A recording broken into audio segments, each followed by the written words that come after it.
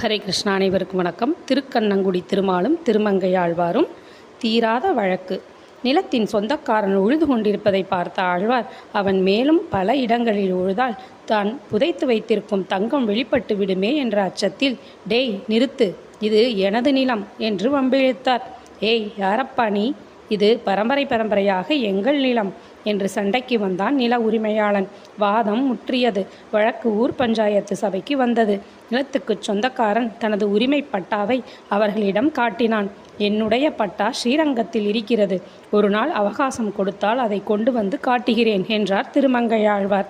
ஊர் பஞ்சாயத்தும் அதற்கு அனுமதி அளித்தது. வழக்கும் முடியாமல் போனது.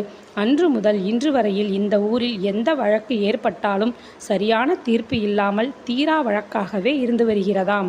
இதை ஊர் மக்களும் ஒப்புக்கொள்கின்றனர். எனவே இந்த ஊரை தீரா வழக்கு திருக்கண்ணங்குடி என்று